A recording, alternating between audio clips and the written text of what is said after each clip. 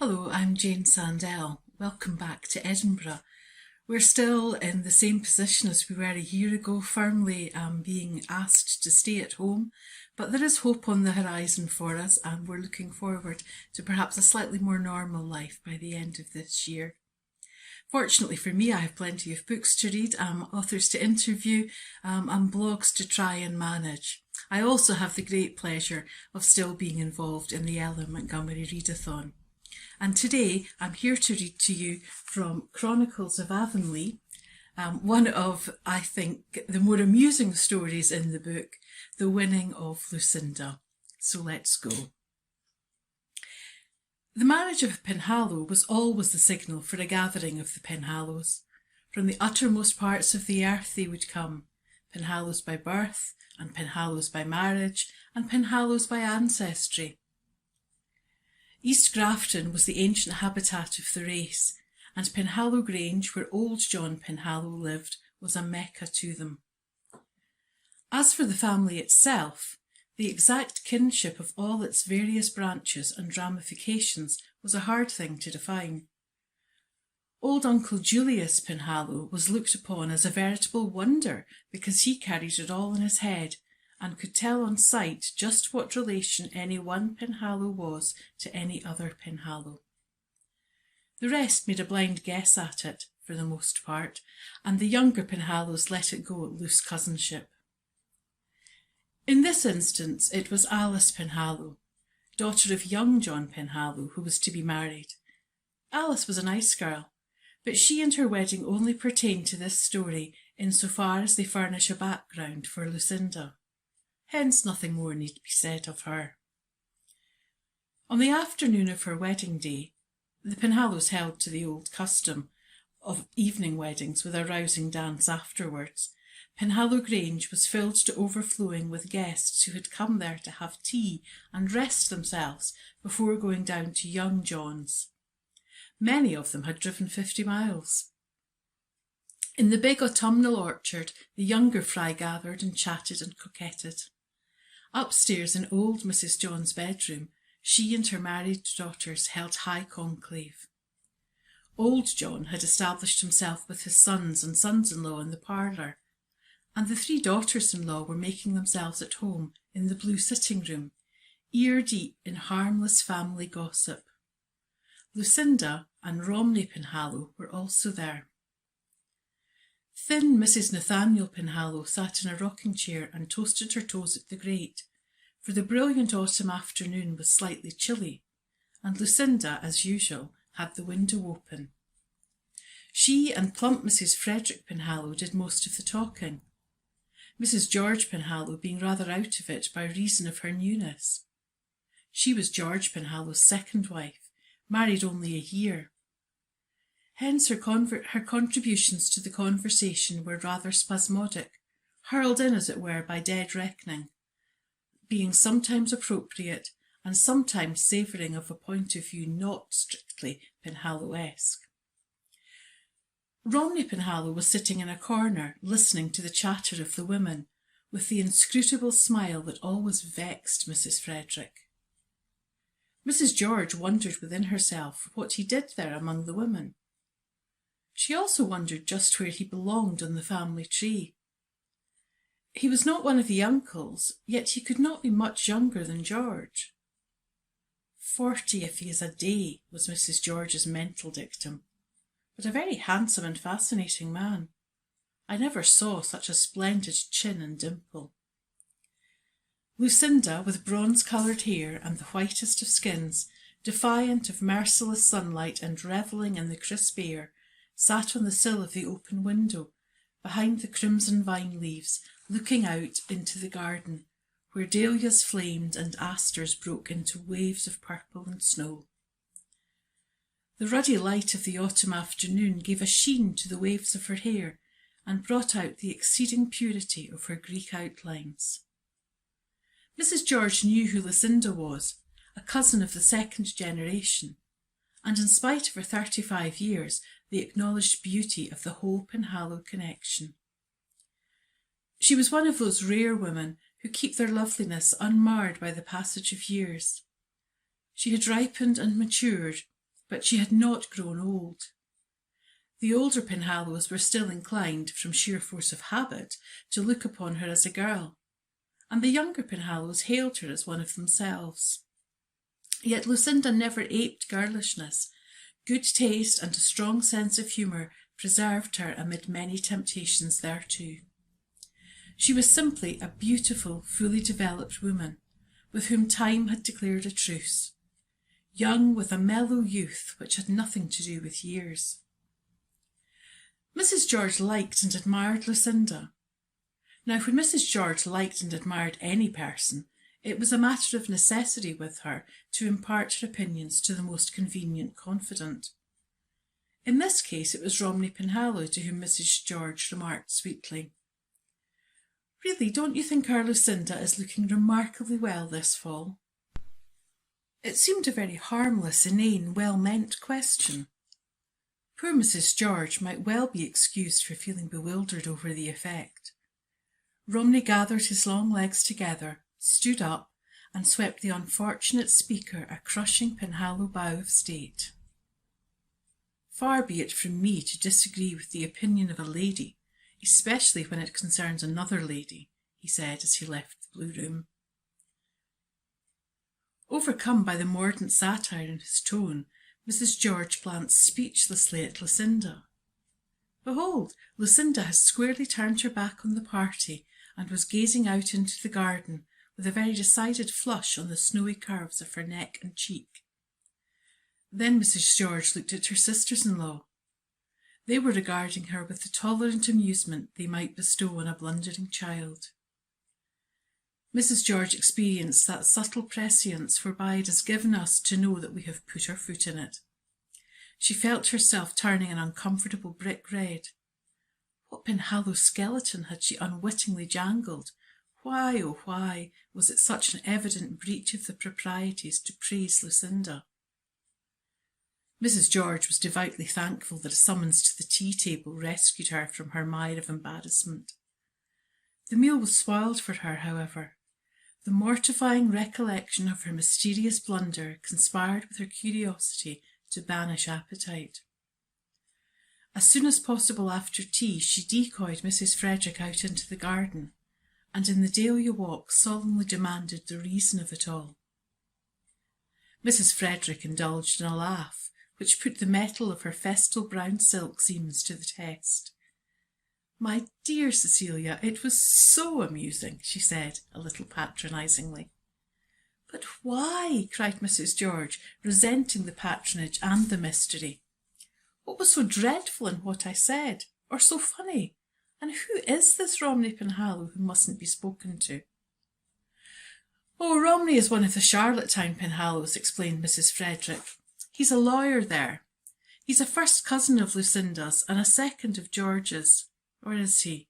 Oh, bother. You must go to Uncle Julius if you want the genealogy. I'm in a chronic muddle concerning Penhallow's relationship.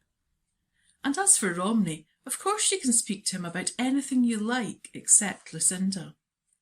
Oh, you innocent. To ask him if he didn't think Lucinda was looking well, and right before her too.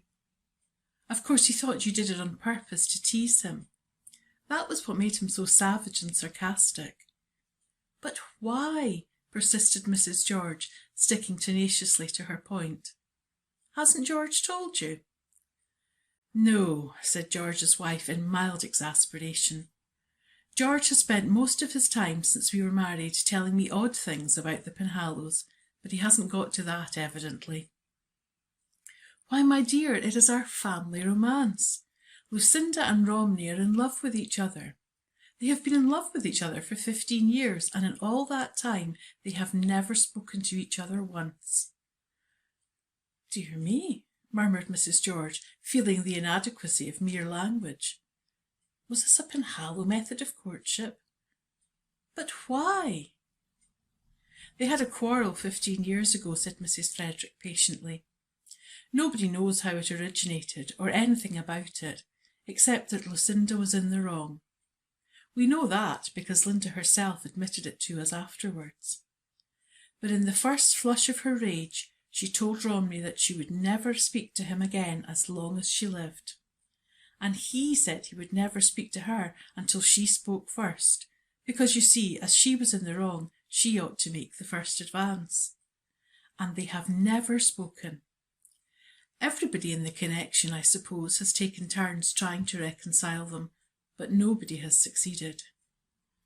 I don't believe that Romney has ever so much as thought of any other woman in his whole life, and certainly Lucinda has never thought of any other man.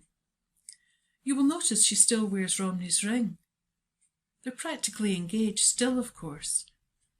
And Romney said once that if Lucinda would just say one word, no matter what it was, even if it were something insulting, he would speak too, and beg her pardon for his share in the quarrel, because then, you see, he would not be breaking his word. He hasn't referred to the matter for years, but I presume that he is of the same mind still, and they are just as much in love with each other as they ever were.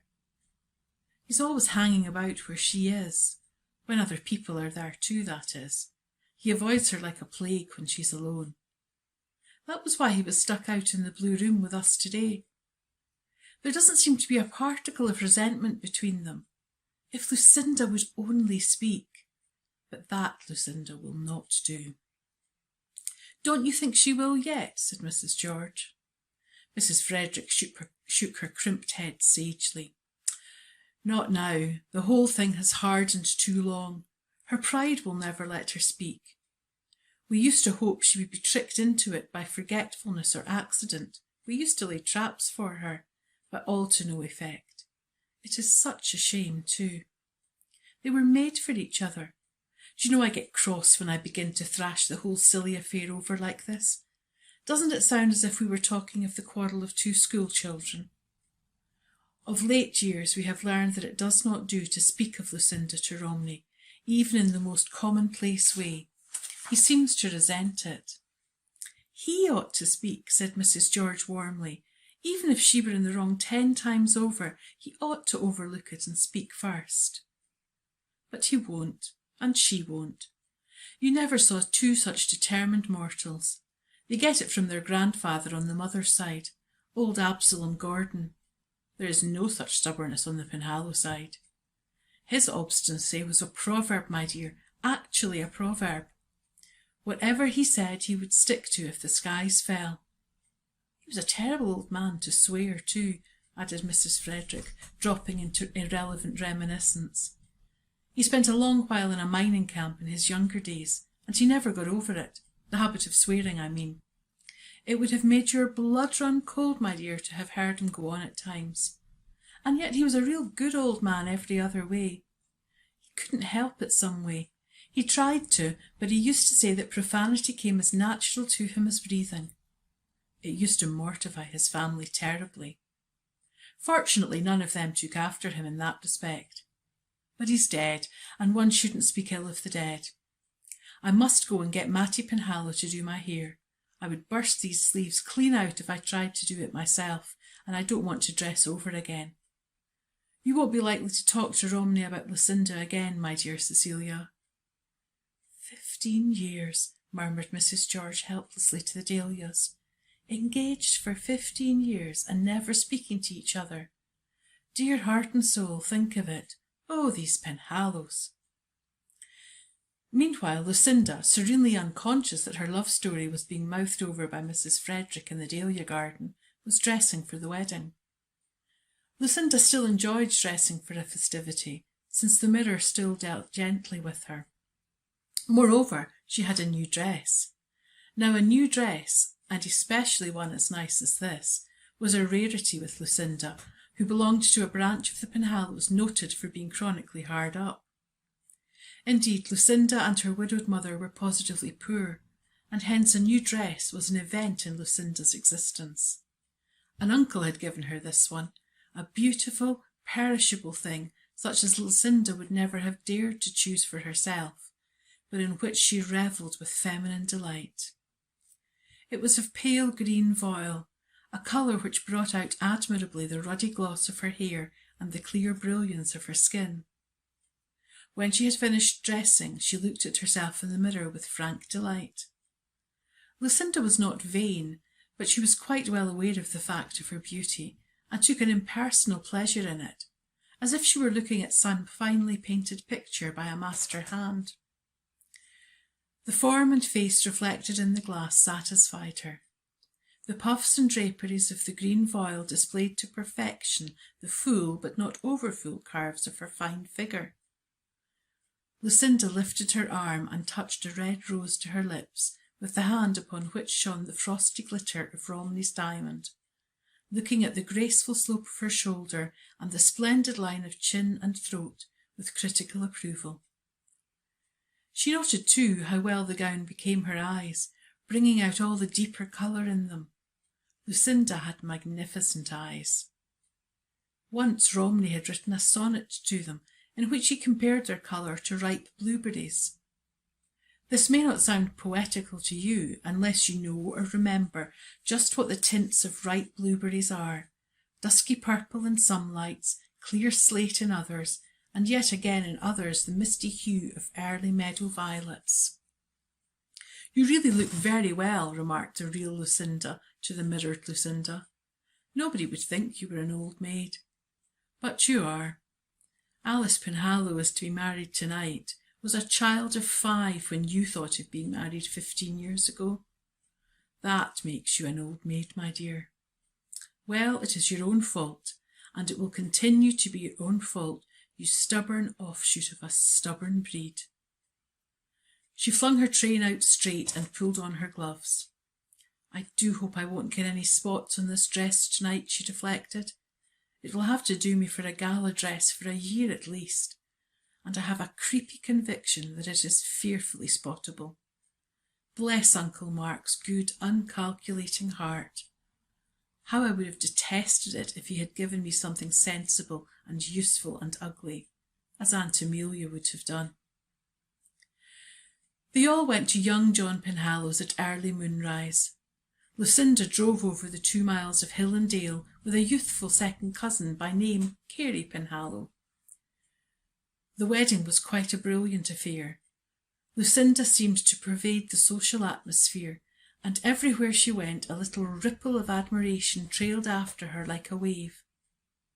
She was undeniably a belle, yet she found herself feeling faintly bored, and was rather glad than otherwise when the guests began to fray off. "I'm afraid I'm losing my capacity for enjoyment," she thought a little drearily. "Yes, I must be growing old. That is what it means when social functions begin to bore you." It was that unlucky Mrs. George who blundered again. She was standing on the veranda when Carey Penhallow dashed up. "Tell Lucinda that I can't take her back to the Grange. I have to drive Mark and Cissy Penhallow to Bright River to catch the 2 o'clock express. There will be plenty of other chances for her with the others." At this moment George Penhallow, holding his rearing horse with difficulty, shouted for his wife. Mrs. George, all in a flurry, dashed back into the still crowded hall. Exactly to whom she gave her message was never known to any of the Penhallows, but a tall, ruddy-haired girl, dressed in a pale green organdy, Anne Shirley from Avonlea, told Marilla Cuthbert and Rachel Lynde as a joke the next morning how a chubby little woman in a bright pink fascinator had clutched her by the arm and gasped out, "Carey Penhallow can't take you. He says you're to look out for someone else," and was gone before she could answer or turn round. Thus it was that Lucinda, when she came out to the veranda step, found herself unaccountably deserted. All the Grange Penhallows were gone. Lucinda realised this after a few moments of bewildered seeking, and she understood that if she were to get to the Grange that night, she must walk. Plainly, there was nobody to take her. Lucinda was angry. It is not pleasant to find yourself forgotten and neglected. It is still less pleasant to walk home alone along a country road at 1 o'clock in the morning, wearing a pale green voile. Lucinda was not prepared for such a walk. She had nothing on her feet save thin-soled shoes, and her only wraps were a flimsy fascinator and a short coat. "What a guy I shall look, stalking home alone in this rig," she thought crossly. There was no help for it unless she confessed her plight to some of the stranger guests and begged to drive home. Lucinda's pride scorned such a request, and the admission of neglect it involved. No, she would walk, since that was all there was to it. But she would not go by the main road to be stared at by all and sundry who might pass her. There was a short-cut by way of a lane across the fields. She knew every inch of it, although she had not traversed it for years. She gathered up the green voile as trimly as possible, slipped around the house in the kindly shadows, picked her way across the side lawn, and found a gate which opened into a birch-bordered lane where the frosted trees shone with silvery golden radiance in the moonlight.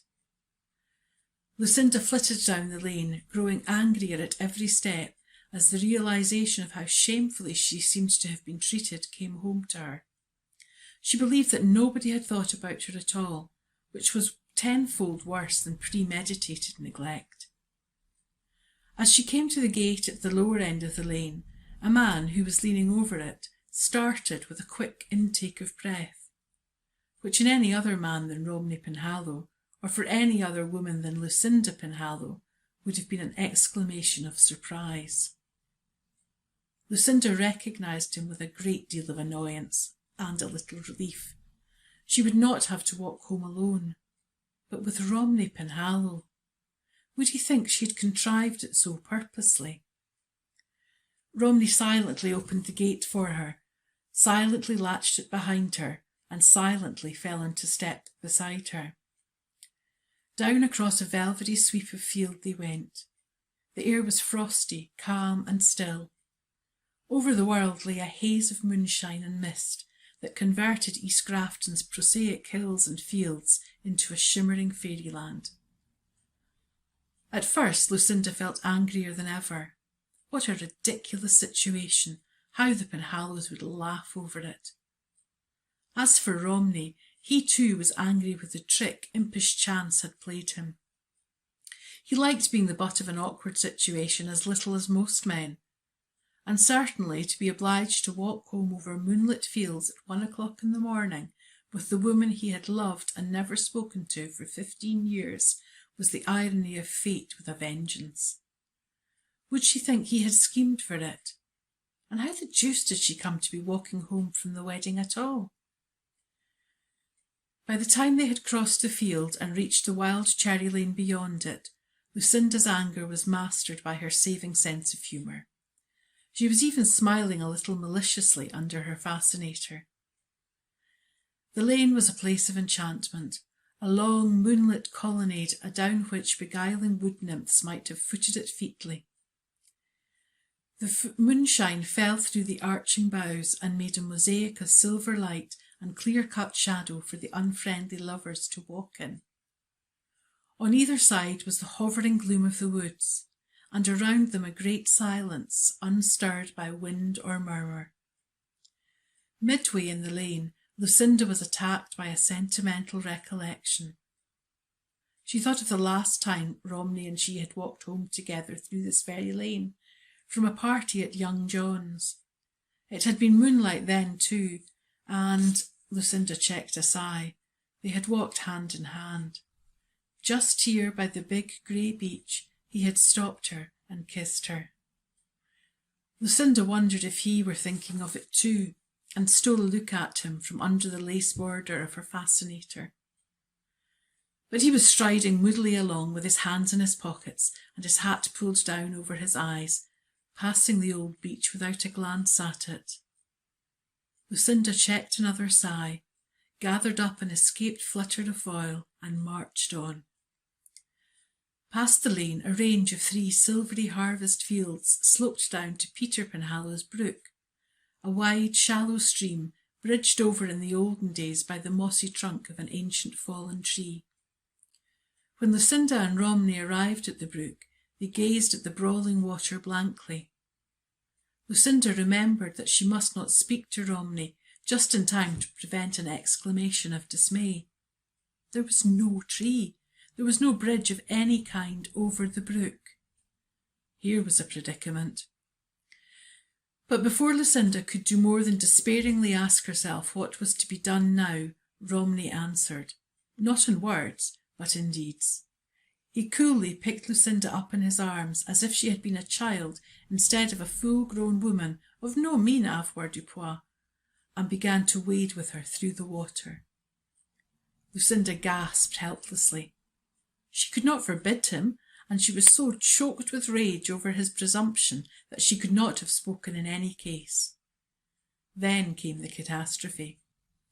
Romney's foot slipped on a treacherous round stone. There was a tremendous splash, and Romney and Lucinda Penhallow were sitting down in the middle of Peter Penhallow's brook. Lucinda was the first to regain her feet. About her clung in heart-breaking limpness the ruined voile. The remembrance of all her wrongs that night rushed over her soul, and her eyes blazed in the moonlight. Lucinda Penhallow had never been so angry in her life. "You damned idiot!" she said in a voice that literally shook with rage. Romney meekly scrambled up the bank after her. "I'm awfully sorry, Lucinda," he said, striving with uncertain success to keep a suspicious quiver of laughter out of his tone. "It was wretchedly clumsy of me, but that pebble turned right under my foot. Please forgive me for that and for other things." Lucinda deigned no answer. She stood on a flat stone and wrung the water from the poor green voile. Romney surveyed her apprehensively. "Hurry, Lucinda," he entreated. "You will catch your death of cold." "I never take cold," answered Lucinda with chattering teeth. "And it is my dress I am was thinking of. You have more need to hurry. You are sopping wet yourself, and you know you are subject to colds. There, come." Lucinda picked up the stringy train which had been so brave and buoyant 5 minutes before, and started up the field at a brisk rate. Romney came up to her and slipped his arm through hers in the old way. For a time they walked along in silence. Then Lucinda began to shake with inward laughter. She laughed silently for the whole length of the field, and at the line fence between Peter Penhallow's land and the Grange acres she paused, threw back the fascinator from her face, and looked at Romney defiantly. "You are thinking of that," she cried, "and I am thinking of it, and we will go on thinking of it at intervals for the rest of our lives. But if you ever mention it to me, I'll never forgive you, Romney Penhallow." "I never will," Romney promised. There was more than a suspicion of laughter in his voice this time, but Lucinda did not choose to resent it. She did not speak again until they reached the Grange gate. Then she faced him solemnly. "It was a case of atavism," she said. "Old Grandfather Gordon was to blame for it." At the Grange almost everybody was in bed. What with the guests straggling home at intervals and hurrying sleepily off to their rooms, nobody had missed Lucinda, each set supposing she was with some other set. Mrs. Frederick, Mrs. Nathaniel, and Mrs. George alone were up. The perennially chilly Mrs. Nathaniel had kindled a fire of chips in the blue room grate to warm her feet before retiring, and the three women were discussing the wedding in subdued tones when the door opened, and the stately form of Lucinda, stately even in the draggled voile, appeared with the damp Romney behind her. "Lucinda Penhallow!" gasped they, one and all. "I was left to walk home," said Lucinda coolly.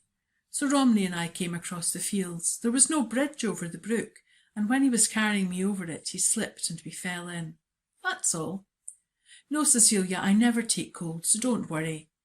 Yes, my dress is ruined, but that is of no consequence.